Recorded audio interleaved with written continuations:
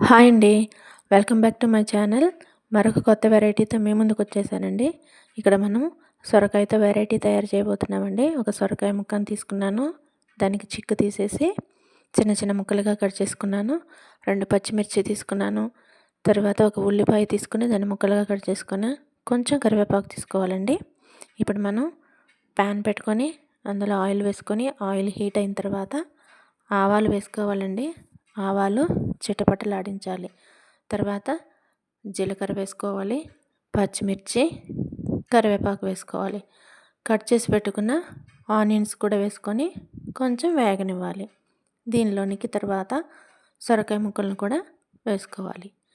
తర్వాత దీనిలోనికి పసుపు, కొంచెం సాల్ట్ యాడ్ చేసుకొని వీటన్నిటిని కలుపుకొని మూత పెట్టుకొని బాగా మగ్గించుకోవాలండి. దీనిలోనికి వాటర్ మనం కలపాల్సిన అవసరమే లేదు.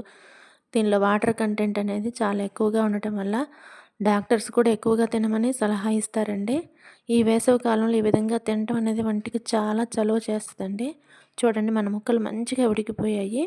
ఇప్పుడు మనకు కొంచెం బెల్లం వేసుకోవాలండి. మన టేస్ట్కి తగ్గట్టు వేసుకోవచ్చు, కానీ ఎక్కువ బెల్లం వేసుకుంటేనే చాలా టేస్ట్గా ఉంటుందండి.